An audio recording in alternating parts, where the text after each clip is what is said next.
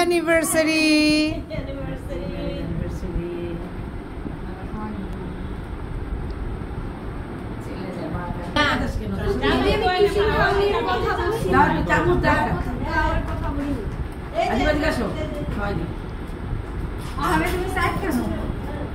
Cake কাইটা ফেলছো?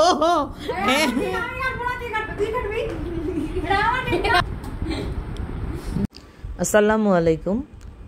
আদিবা ও ইসমামের second anniversary ছিল, তো আমরা বাসাবোতে সবাই মিলে ছোট্ট একটি আয়োজন করেছিলাম। যেহেতু ইসমাম নেই, তাই আদিবাকে নিয়েই আমরা সকলে এই আয়োজনটি করেছিলাম। তো ফুপি একটি কেক নিয়ে এসেছিল, আর বাকি আয়োজন আমার চাচিরা করেছিল। সবাই অপেক্ষা করছে আদিবা কেক কাটবে। তো আদিবা একটু মন খারাপ ছিল যেহেতু ইসমাম নেই।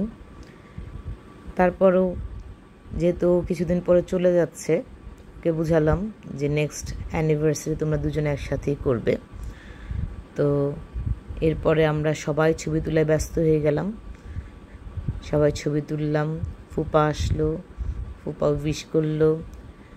আদিবা, ফুপ্পি আমার মেয়েদেরকে নিয়ে কেক কাটলো। আমার ছোট মেয়েটা যে কারো বার্থডেতে সে মেনে নিতে পারে না, প্রতিদিনই তার বার্থডে। কেক কাটা মানেই হচ্ছে ওর বার্থডে।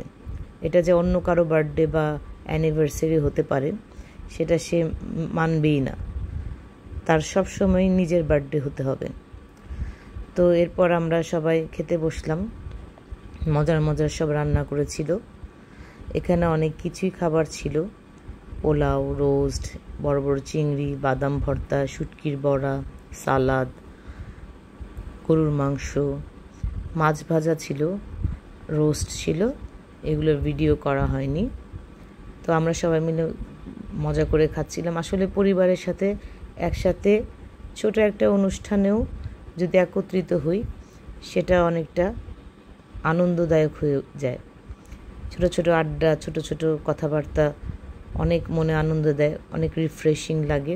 আমরা নতুন করে কাজ করার, বাসায় পরবর্তীতে কাজ করার অনুপ্রেরণা পাই, টায়ার্ডনেসটা দূর হয়ে যায়।